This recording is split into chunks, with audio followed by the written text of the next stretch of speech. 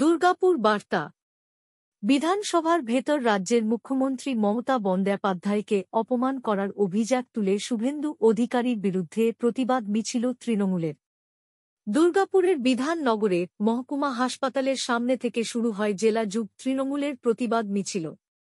নেতৃত্ব দেন জেলার যুব সভাপতি পার্থ দেওয়াসী, জেলার মহিলা সভানেত্রী অসীমা চক্রবর্তী, তৃণমূল নেতা পঙ্কজ রায় সরকার, দেবব্রত সাঁই সহ কোজেকশা তৃণমূল কর্মী সমর্থকরা।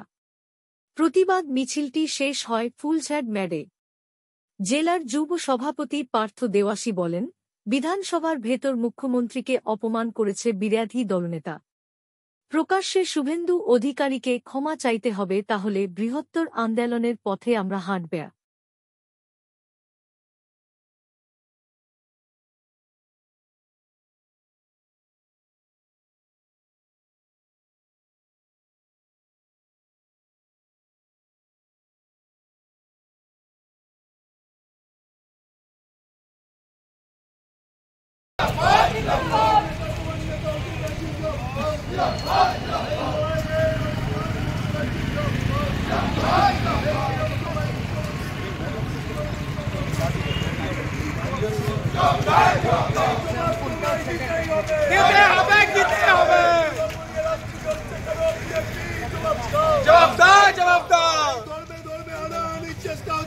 বিজেপি জবাব দাও।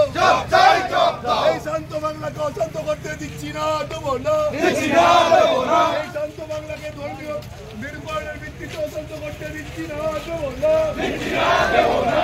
মুসলিম ভাই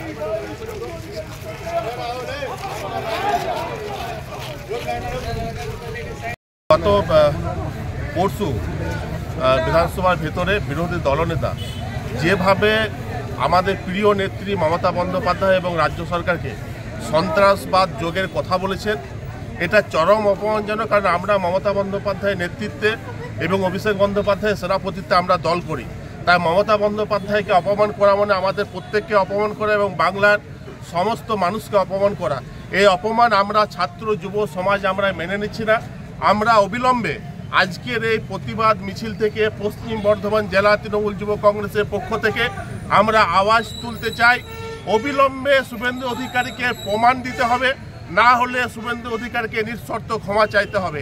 তার প্রতিবাদে আজকে আমরা পশ্চিম বর্ধমান জেলা তৃণমূল যুব কংগ্রেস আজকে আমরা এই মিছিল করছি।